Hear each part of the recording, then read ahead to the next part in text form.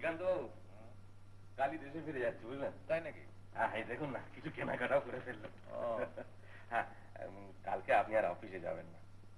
আপনি যদি একবার জাহাজ ঘাটে আসেন তাহলে বড্ড উপকার হয়। চারুবাবুর স্ত্রী নিশ্চয়ই আপনাদের সঙ্গে যাচ্ছেন? অবাক করলেন মোর ভাই, পুরুষ বাচ্চা একটা যদি শখই করে ফেলে বয়সের দোষে, তা বলে ওই কুজাতের মেয়েটা চারু স্ত্রী হতে যাবে কোন দুঃখে? হ্যাঁ, কারণ চারুবাবু তাকে বিয়ে করেছেন।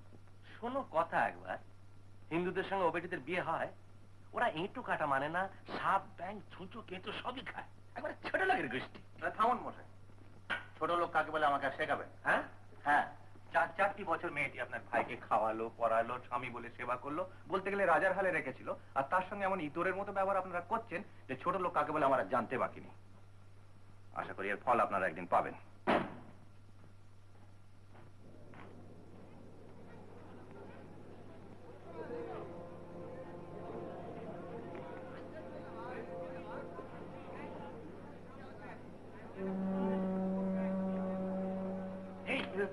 চল, জাহাজে মালপত্র সব পাঠিয়ে দিবি।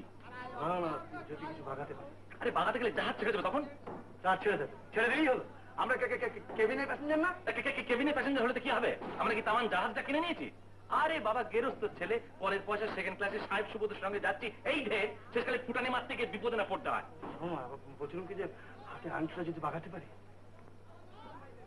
আংটিটা বাগাবি? হ্যাঁ, এই হ্যাঁ, বাংলা বোঝে না তো? না তুমি যাও দিকে নেই, তাড়াতাড়ি আসবি কিন্তু। তুমি যাও যাও।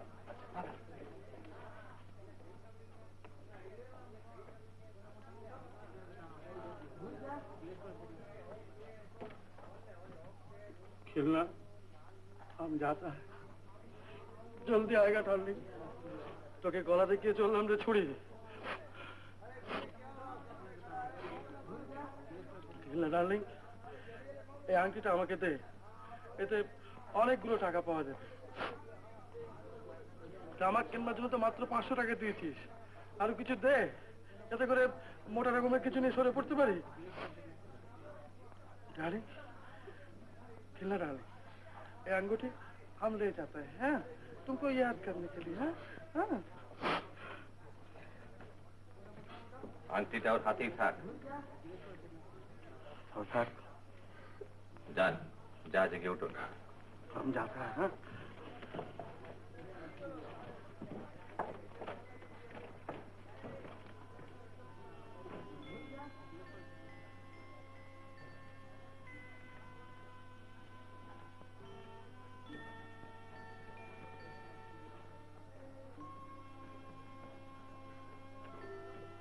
चलिए घर चलिए।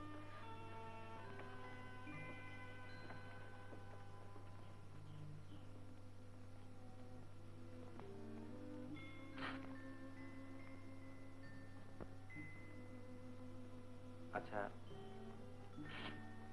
अब हम जाकर लफ्फे नहीं पिएगा?